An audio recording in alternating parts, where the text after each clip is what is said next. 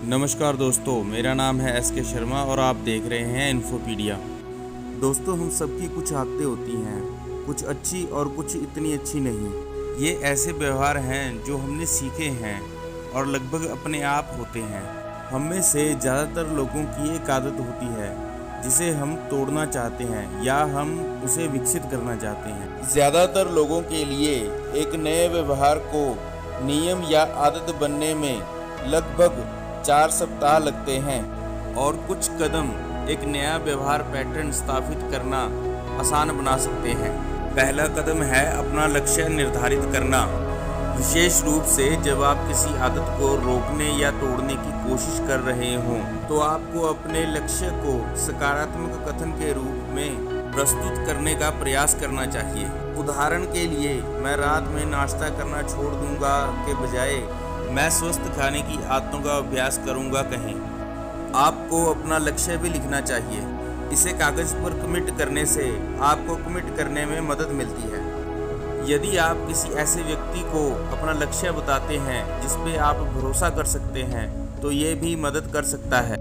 दूसरा, एक प्रतिस्थापन व्यवहार पर निर्णय लें। यदि आपका लक्ष्य एक नई आदत को विकसित करना है तो आपका प्रतिस्थापन व्यवहार ही लक्ष्य है।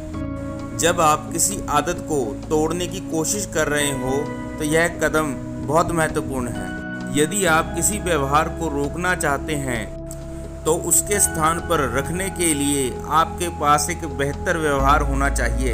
यदि आप यह नहीं करते हैं तो पुराना व्यवहार पैटर्न वापस आ जाएगा। तीसरा, अपने ट्रिगर्स के बारे में जानें और जागरूक रहें। व्यवहार पैटर्न स्वतंत्र रूप से मौजूद नहीं है। अक्सर एक आदत नियमित दिनचर्या के दूसरे हिस्से से जुड़ी होती है।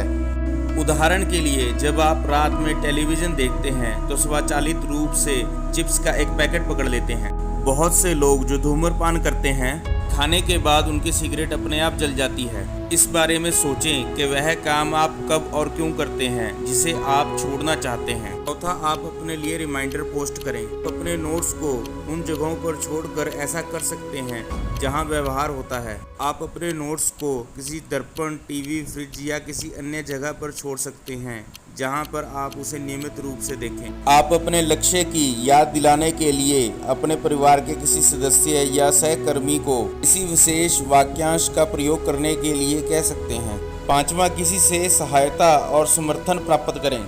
यह एक प्रकार से स्पष्ट है, मदद से कोई भी काम आसान हो जाता है।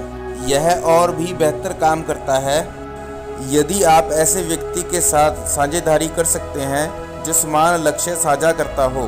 छठा, दैनिक पुष्टि लिखें। अपना वाक्यांश या वाक्य वर्तमान काल में लिखें जैसे कि यह पहले से ही हो रहा था और इसे 21 दिनों के लिए दिन में 10 बार लिखें। यह प्रक्रिया आपके लक्ष्य को आपके अवचेतन का हिस्सा बनाने में मदद करती है, जो न केवल आपको नए व्यवहार का अभ्यास करने की याद दिलाती है बल्कि यह आपको केंद्रित और प्रेरित भी करती है। सातवां, निर्धारित समय पर प्रगति करने के लिए अपने आप को पुरस्कृत करें। एक समय में एक दिन अपने लक्ष्य पर ध्यान केंद्रित करें, लेकिन 1, 3 और 6 महीने में एक छोटा सा उपहार अपने आप को दें।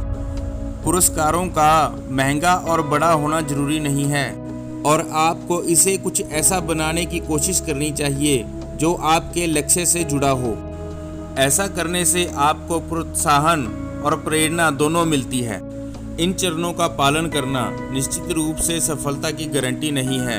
आदत के आधार पर अंततः परिवर्तन करने के लिए कई प्रयास करने पड़ सकते हैं, लेकिन अगर आप इससे चिपके रहते हैं तो आप ये कर सकते हैं। आपको कामयाबी मिले, मेरी यही दुआ है। तो ये था आज का वीडियो। अच्छा लगा हो तो लाइक, शेयर और सब्सक्राइब जरूर करें। धन्यवाद।